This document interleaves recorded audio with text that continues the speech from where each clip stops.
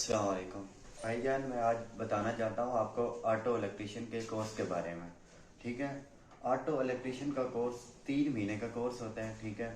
और इसमें वीक में 5 डेज क्लासेस होती हैं, सैटरडे संडे ऑफ होता है। ठीक है।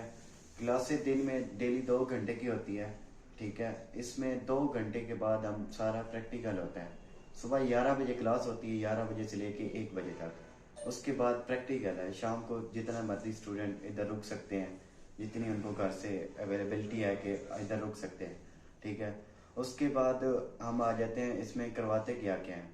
इसमें ये आ जाती है, हिडन फॉल्ट आ जाते हैं। ठीक है। और स्कैनर का काम आ जाता है, कोड्स आ जाते हैं, और इंक्वायरी शीट आ जाती है।